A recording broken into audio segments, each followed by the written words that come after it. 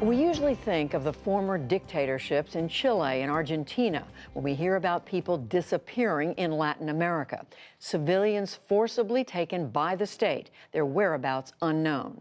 But in Colombia, after 5 decades of conflict, it is estimated that 83,000 people were disappeared. That is the worst record on the continent. The 2016 peace deals between the government and Colombia's largest guerrilla group, the FARC, mandated finding the missing.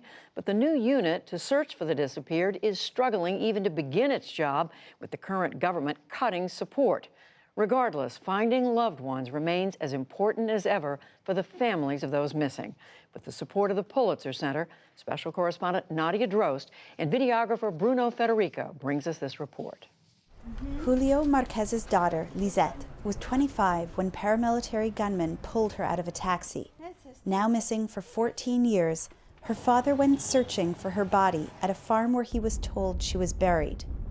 We drove past homes the paramilitaries had driven residents from, through lands they had seized, and hamlets where they murdered people and disappeared them, all to terrorize the people and wield control.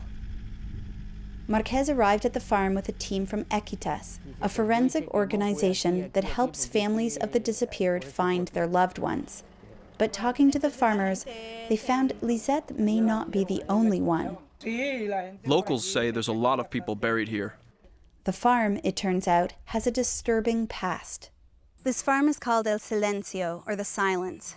But screams used to break the silence when it used to be used as a paramilitary base in the late 1990s. No one knows just how many civilians were brought here, detained, tortured, raped, and buried somewhere on this farm. For years, Marquez was threatened if he dared search for Lisette. 2 years ago, Marquez came here with an ex-paramilitary fighter who said she was here. Now, he tried to retrace their steps. He came and said, "Look for her here. This is where she is." The paramilitary who killed her said he got her naked, used her, and then killed her. Marquez returned a few days later with a friend and a shovel, but they didn't find anything. It wasn't surprising.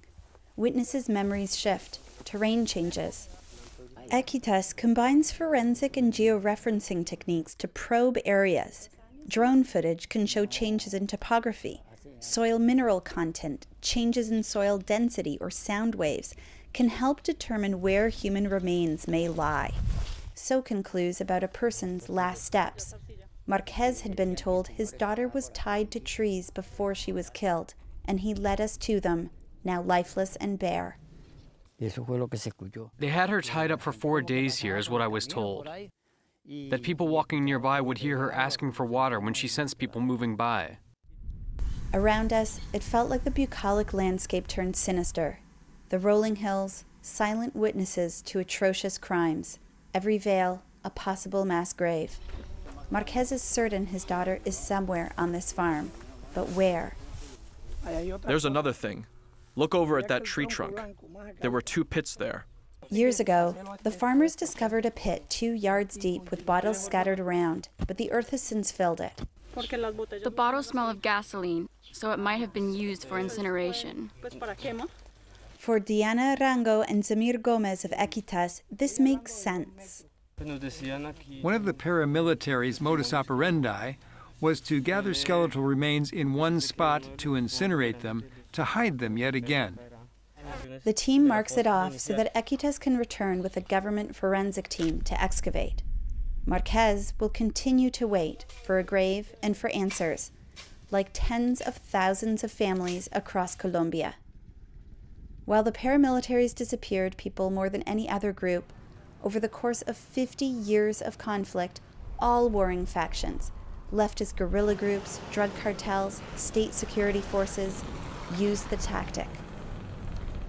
Those left behind suffer in the absence of remains and answers, a never-ending grief. In the coastal city of Tumaco, family members of the disappeared gathered, casting their sadness in songs about husbands leaving one morning and never coming back. Their message to authorities is clear: look for them. Now they're inventing machines to look for buried treasure in the sea. We're asking, please, for a machine so you can extract human remains from the depths of rivers and lakes. Many of the families here believe the remains of their loved ones may lie nearby in anonymous tombs in Tumaco's main cemetery. Gravedigger James Colorado points out one tomb after another marked unidentified body. But there's also less obvious places where the disappeared may lie, like under this sidewalk. There's thousands of bodies here because when we arrived here, there was a pile of remains turned to dust. We put them in plastic over here. Bags of bones, remains that get shuffled around, incomplete cemetery records. The only way for forensic investigators to find where the disappeared are is to excavate graves. That's a mammoth task. In cemeteries across Colombia, there's an estimated minimum of 20,000 unidentified corpses. Any remains found are brought to state forensic laboratories for analysis and identification. Any personal possessions that family members may recognize are recorded: underwear, a shirt, a belt. In the last 12 years, the State Forensic Unit has exhumed 9,000 dead attributed to paramilitaries, but about half remain unidentified, stored on warehouse shelves. Tens of thousands of missing are still waiting to be found, including the son of Maria Quinchilla. We followed one government forensic team, led by anthropologist Freddy Ramirez. Who are you in relation to the deceased? I'm the mother. Grave sites are often in areas that are remote, littered with landmines, or controlled by armed groups who don't want investigators to unearth their crimes. As a precaution, the military accompanies the mission today. When Quinchilla got information 5 years ago about where her son, a member of the FARC, was buried, she was too scared to come forward. But now, after the peace deal and in the absence of FARC rebels, she leads the forensic team to an abandoned schoolhouse atop the community she fled in 2003. A year later, Quinchilla learned her 25-year-old son had been killed. It was terrible to get that news. And since I was far away, I couldn't return.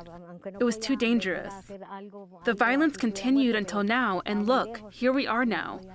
Everything has been lost, but there's peace, like a calm. In this case, Quinchilla had detailed information, and the FARC grave was quickly recognized. It doesn't matter to us if they were guerrillas or from whatever side. We have to recognize that they are humans. It doesn't take long to find the first remains. Hello? Yes, we've seen a bone and a boot. They're taking out the bones. We don't know when we're leaving here. Ave Maria. Even though this exhumation is considered simpler than others because of the fact that the exact location was known and because the grave is relatively shallow, this is still a monumental undertaking. It took us over 6 hours of hiking to get here, and dusk is falling. There's few remains, almost nothing left of the cranium, but several teeth. 8. Por ahora, estructuras dentarias 8. And then Ramirez hits the forensic equivalent of treasure. He asks Quinchilla if her son ever had a fracture. Oiga, él tenía fractura. Yes, on his right elbow. Tiene un implante osintegrado. He's got an osseo-integrated implement. It's a screw. Done. It's him. It's rare to find such an identifying element that can give certainty to investigators and families. After 14 years, Quinchilla will finally be able to bury her son. For me, it's a relief that I know he won't be on a mountain anymore. The long and arduous day has left the forensics team injured and stranded in the dark on the mountain, and they need to be at a cemetery by morning. A military chopper takes them away, on to unearth more of their country's truths. From a mountaintop in Antioquia State, Colombia, reporting with Bruno Federico, I'm Nadia Drost for the PBS NewsHour.